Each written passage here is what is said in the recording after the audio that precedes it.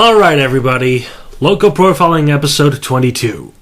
Part 1 of the Bulleids Pacific trilogy commences.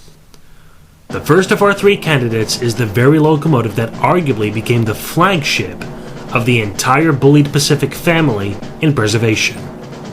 35028 Clan Line.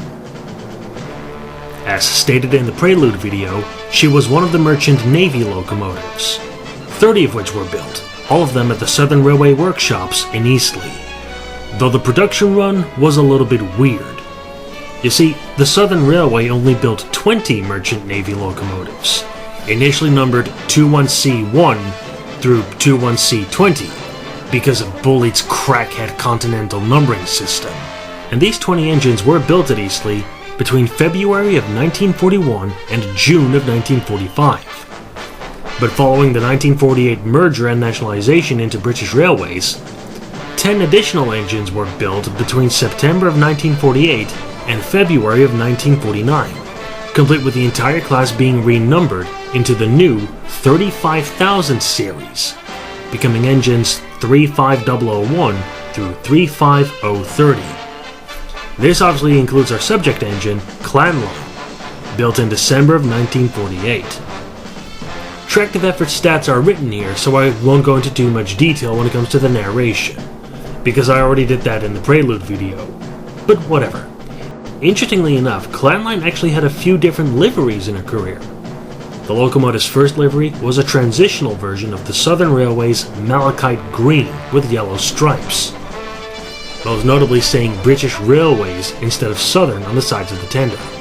Following her stint in green, she then went into British Railways Royal Blue, and during a small naming ceremony in early 1951, she was named by Lord Rotherwick, the chairman of the Clan Line shipping lane that 35028 was named after. Then in 1953, she went back into green, albeit the more common British Railways Brunswick Green that most granddads these days are familiar with. Plus, in October of 1959, she was the last Bulleids Pacific of the Merchant Navy class to be rebuilt into this new, more conventional form. She also got around a fair bit in her career, being allocated to the sheds at Bournemouth, Dover, Stewart's Lane, Nine Elms, and Weymouth, and she returned to Nine Elms for the last few months of service. FYI, Stewart's Lane and Nine Elms were both in London. And then in early July of 1967, the final stand of steam on the southern region, she finally bowed out of service, even hauling a few specials to celebrate her career.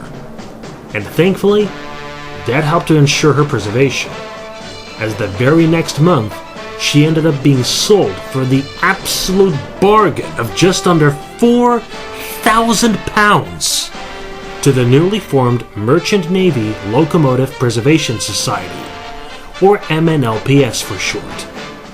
In fact, some of the society's members even said that they bought the locomotive for a mere £2,200. But either way, bargain! Initially though, the MNLPS wanted to buy sister locomotive 35022, Holland America line, but that engine got sent off to a scrapyard before they could buy it, so Clan Line was the next option. Though, thankfully, 35022 went to the Wooden Brothers scrapyard in Barrie, which was best known for selling most of its steam engines to preservationists, with this particular Merchant Navy locomotive getting that treatment and getting out of the yard in 1986. So, don't worry, she still survives, even if she's looking a bit rough. But people are working on her, don't worry. Just takes time and a lot of money.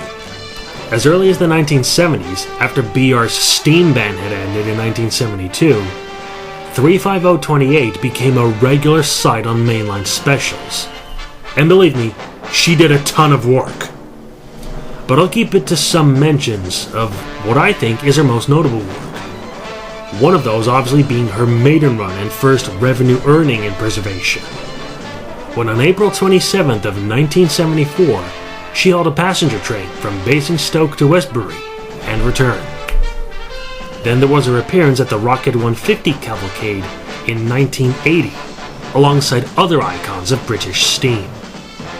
Then in 1991, after returning from another overhaul, she was fitted with air brakes, so she could haul the Belmont British Pullman train between 1991 and 2023 as part of the British leg of the Venice-Semplon Orient Express.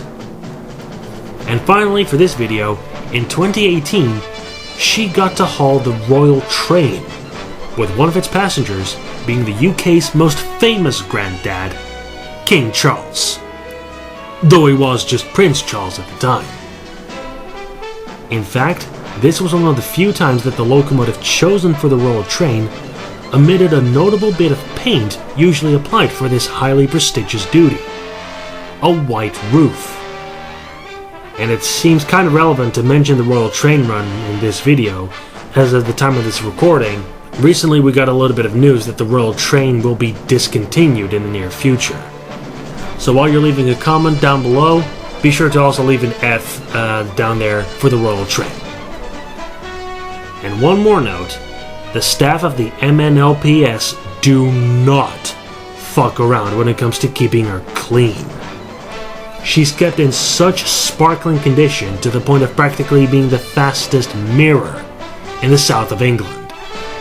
That's how shiny and clean Clanline really is.